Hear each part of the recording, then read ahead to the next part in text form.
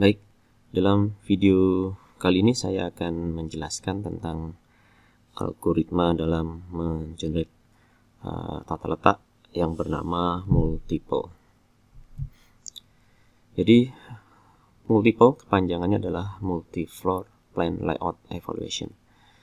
Ya, dari namanya mungkin sudah terlihat bahwa algoritma ini bisa digunakan untuk membuat inisialisasi layout untuk floor atau untuk kondisi bangunan yang multifloor. Walaupun juga dengan yang tidak multifloor pun bisa. Baik, di sini algoritma ini membutuhkan from to chart, tapi ini adalah sebagai data untuk analisisnya. Kemudian membutuhkan suatu namanya filling curve ya, yang bernama Hilbert curve. Filling curve ini adalah suatu jalur ya, pengisian dari departemennya ya, mirip dengan ALDEP kalau masih Anda ingat ya. Jadi kalau ALDEP itu ada jalur pengisian dari kiri atas ke bawah ya, zigzag. Ini pun sama, jadi ada suatu filling curve-nya. Dan kemudian membutuhkan suatu sequence pengisian. Jadi departemen yang akan diisikan dalam area yang kita akan tata letaknya, maka harus ditentukan dulu departemen mana yang akan diisikan terlebih dahulu, kemudian selanjutnya sampai departemennya habis. Kemudian objektifnya disarankan adalah distance based ya, karena di sini ada from to chart ya, jika memang diperlukan. Kemudian representasi dari departemennya adalah berbentuk discrete grid ya, berbentuk kotak-kotak demikian. Ya, algoritma multiple sekali lagi ini sangat memungkinkan untuk multi-floor facility layout. Jadi jika fasilitas kita adalah tidak satu lantai tapi lebih dari satu lantai. Kemudian yang menariknya dari algoritma ini adalah jika dalam fasilitas yang kita ingin tata ulang, artinya dari existing condition, kemudian kita ingin beberapa bagian atau departemen atau mesin, kita ingin optimasi letak-letaknya, namun di sana terdapat departemen yang mungkin tidak mungkin dipindah atau memang tidak ingin dipindah, atau mungkin juga ada obstruksi lain seperti ada dinding, ada suatu void ya. Maka dengan algoritma ini kita bisa mengarahkan jalur pengisian dari departemennya tidak melalui bagian-bagian tersebut, sehingga jalurnya bisa kita kendalikan tidak menabrak obstruksi-obstruksi tersebut.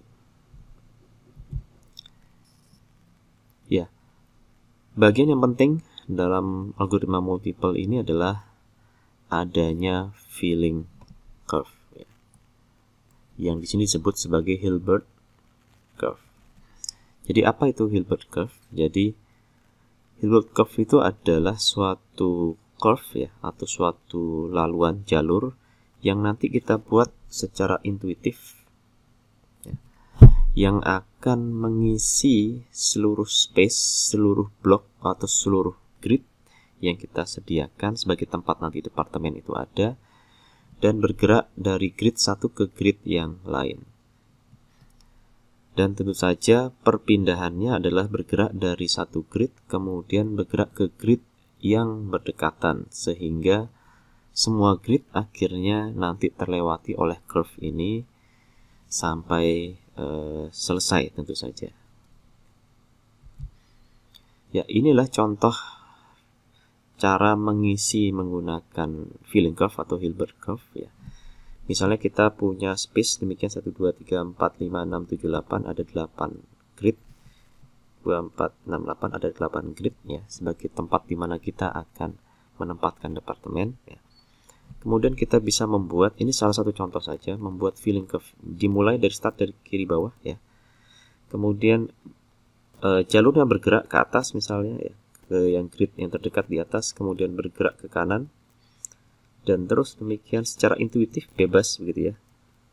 Yang penting adalah tidak boleh melalui kotak atau grid yang sudah dilalui sebelumnya gitu ya. Dan seterusnya sampai akhirnya kita lihat jalurnya demikian ya, terus ke atas samping sini, sehingga akhirnya semua grid dipastikan terisi atau terlewati oleh filling curve ini.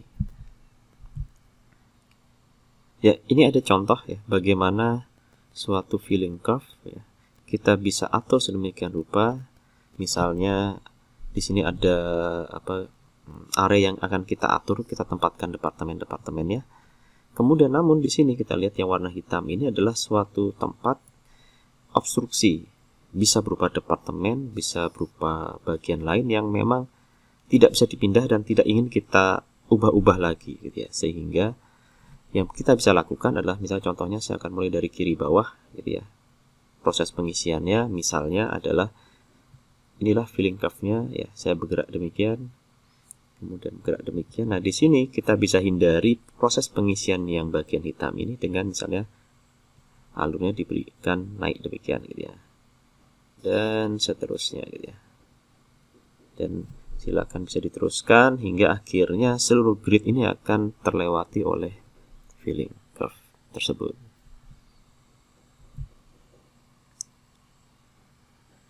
Bagaimana kemudian algoritma ini bisa mengenerate layout? Setelah kita menentukan filling curve-nya, maka kita tentukan adalah sequence urutan pengisian departemennya.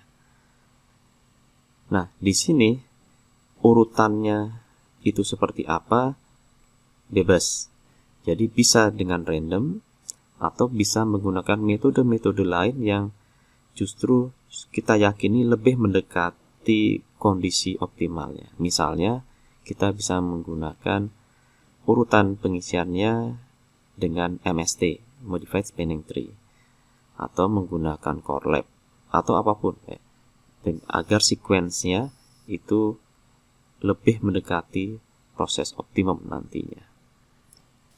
Kemudian setelah kita menentukan urutan pengisian departemennya, maka kita bisa menempatkan departemen tersebut dalam grid-grid yang kita sudah sediakan sesuai jalur pengisiannya atau filling curve-nya tadi. Ya, ini adalah contoh. Ada suatu area, misalnya existing fasilitas yang ukurannya jika direpresentasikan dalam bentuk grid adalah 10 kali 18 di sini ya. Kemudian kita lihat di atas ini departemen yang di sini ya. Ini adalah suatu bagian atau departemen yang tidak ingin diubah-ubah lagi ya, atau memang tidak bisa diubah gitu ya.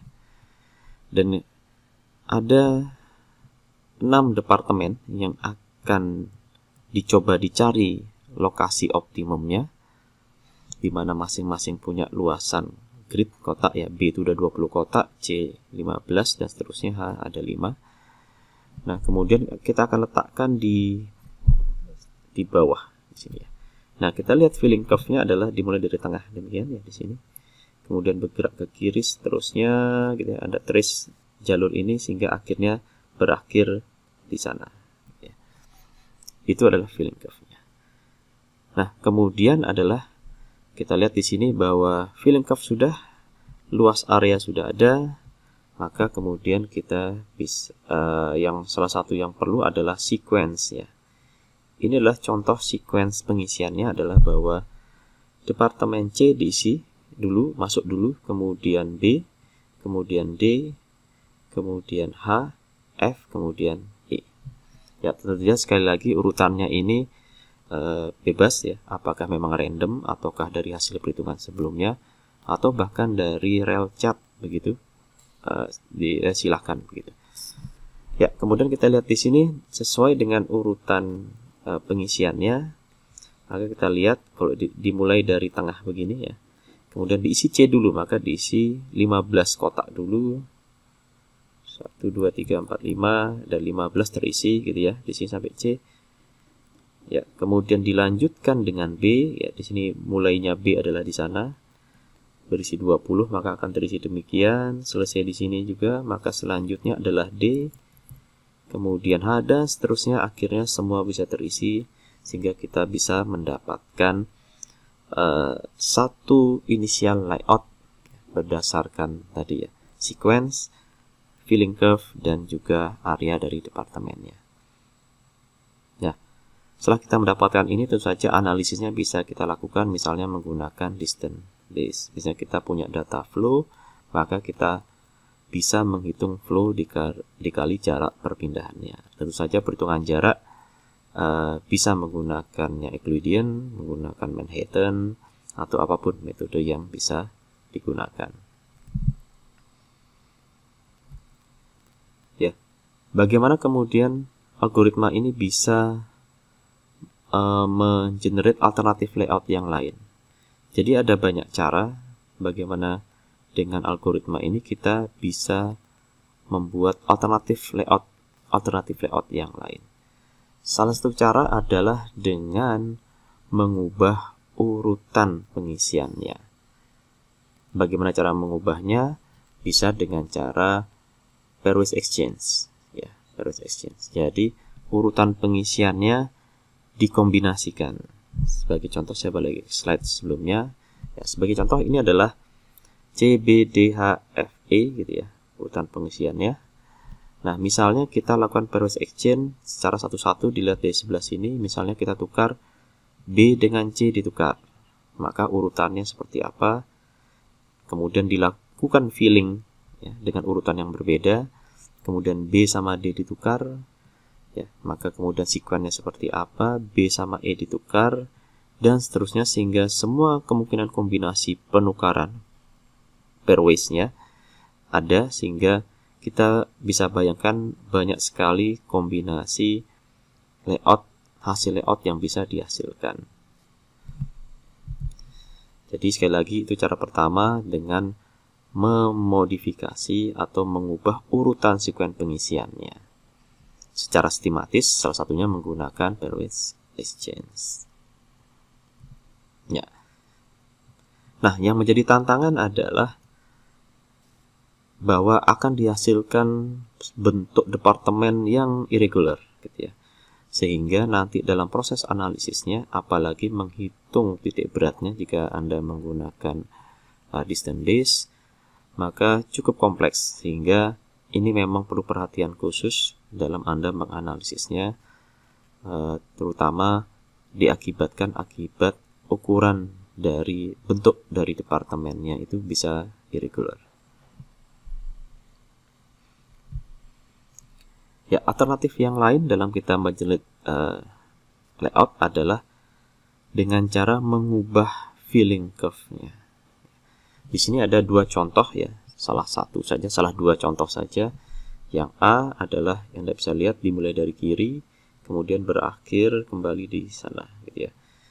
Sehingga dengan sekuen yang sama, jalur filling curve yang berbeda, maka pasti bentuk departemennya yang tersusun pasti akan berbeda. Contoh yang lain adalah demikian ya, dimulai dari sini kemudian berakhir di sini. Ini pun juga jika di sini urutan pengisiannya sama, jalurnya berbeda, pasti nanti hasilnya juga berbeda. Ya, inilah penjelasan secara umum tentang algoritma multiple yang bisa digunakan untuk menginisialisasi layout maupun juga bisa menghasilkan alternatif layout yang lain. Dan berikut adalah contoh soal yang bisa Anda kerjakan sebagai tambahan dalam catatan Anda. Saya akan jelaskan sedikit soalnya. Jadi di sini disediakan suatu area dengan luasan 5x4 grid ya, 20 kotak. Kemudian Hilbert curve-nya atau filling curve-nya sudah disediakan, start di atas kemudian finish di sini. Workstation yang harus ditata adalah ada 4 ya, dengan luasan demikian ya, dimana satu kotak ini berukuran adalah 20 x 20 meter, sehingga nanti harus dikonversi luasan area workstation-nya menjadi suatu block grid. Nah, silakan Anda menggambarkan hasil layoutnya dengan cara adalah menentukan dulu urutan proses pengisiannya. Urutan proses pengisiannya adalah diperoleh dari hasil contoh kasus ya pada video Modified Spanning Tree. Di sana sudah ada contoh latihannya. Kemudian akan dihasilkan urutan dari workstation-nya. Dia dari 1 sampai 4. Nah, silahkan gunakan hasil dari contoh soal di video Modified Spanning Tree, Anda terapkan sebagai sequence penempatan di soal ini. Baik, selamat mengerjakan.